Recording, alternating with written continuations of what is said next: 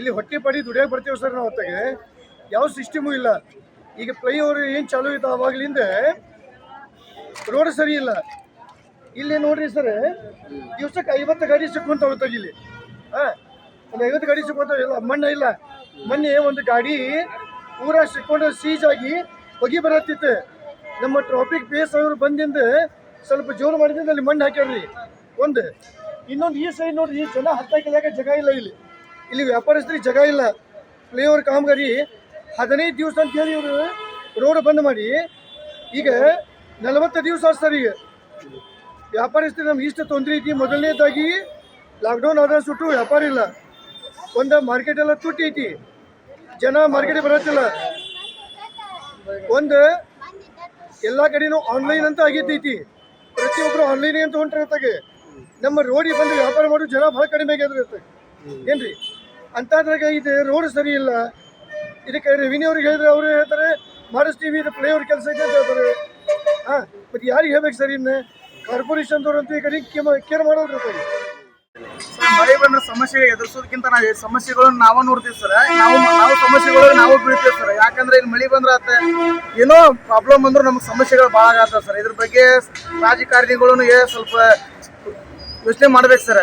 ಯಾಕಂದ್ರೆ ಜನಸೇವೆ ಜನಾರ್ದನ ಸೇವೆ ಅಂತಾರೆ. ಈಗ ನಾವೇನು ಇಲ್ಲಿ ಅದೇ ಫುಟ್ಪಾತ್ ಒಳಗೆ ಅದೇವಿ, ಅವರಂತೂ ಫುಟ್ಪಾತ್ಗೆ ಅಂತೂ ಬರೋಂಗಿಲ್ಲ ಸರ್. ಅವ್ರು ಏನಿರ್ತಾರೆ ಎಸಿ ರೂಮ್ ಒಳಗೆ ಇರ್ತಾರೆ. 7 ಜನ ಆಶ್ವಾಸನೆ ಮಾತಂತೂ ದೊಡ್ಡವ್ರು ಮಾತಾಡ್ತಾರೆ. ಅವ್ರ ಕೈಲಿ ಆಗುದಿಲ್ಲ ಅಂತ ನಮಗೆ ಅನ್ಸತ್ತೆ ಸರ್. ಯಾಕಂದ್ರೆ ಇದ್ರ ಬಗ್ಗೆ ಏನೈತಿ, ದೊಡ್ಡ ರಾಜಕಾರಣಿಗಳಾತ ಮತ್ತು ಒಳ್ಳೆ ಕಾರ್ಪೊರೇಷನ್ದವ್ರು ಇವರೆಲ್ಲ ಯೋಚನೆ ಮಾಡಿ ಸ್ವಲ್ಪ ಬೇಗ ಸ್ವಲ್ಪ ಕೆಲಸ ಮುಗಿಸ್ಬೇಕಂತ ನಮ್ಮ ಮನಸ್ಸಿಗೆ ಸರ್. ಮತ್ತೇನಿಲ್ರಿ. 30 ರೂಪಾಯಿ ಕೊತ್ತಂಬರಿ ತಂದು 10 ರೂಪಾಯಿ ಕೊಡಾಕತ್ತೀವಿ. ಏನ್ ಮಾಡೋದ್ರಿ, ಎಲ್ಲಾ ಪ್ರಾಬ್ಲಮ್ ಆಗೈತಿ. ಸ್ವಲ್ಪ ಜಲ್ದಿ ಆದಷ್ಟು ಬೇಗ ಮಾಡಿದ್ರೆ ನಮಗೂ ಅನುಕೂಲ ಆಕೈತ್ರಿ. ಇದ ಸಮಸ್ಯೆ ಜಾಸ್ತಿ ನೋಡ್ರಿ. ನಾವು ಸಾಲ ಮಾಡ್ತೀವಿ ಬೀದಿ ವ್ಯಾಪಾರ ಇದಕ್ಕೆ ರೋಡಿಗೆ. ಅವೆಲ್ಲಾ ತೀರ್ಸ್ಬೇಕಂದ್ರೆ ಸ್ವಲ್ಪ ಕಷ್ಟ ಆಗಕತ್ತೆ ಸರ್.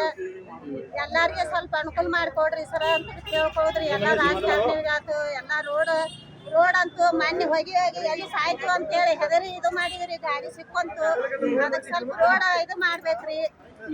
ಇದ ನೋಡ್ರಿ ಸರ್. ರಾಜ್ಯದಲ್ಲಿ ಪರಿಸ್ಥಿತಿ ಯಾವ ಮಟ್ಟಕ್ಕೆ ಹದಗೆಟ್ಟಿದೆ ಅಂದ್ರೆ, ರೈತರ ಮೇಲೆ ದೌರ್ಜನ್ಯ, ಬೀದಿ ವ್ಯಾಪಾರಿಗಳ ಮೇಲೆ ದೌರ್ಜನ್ಯ.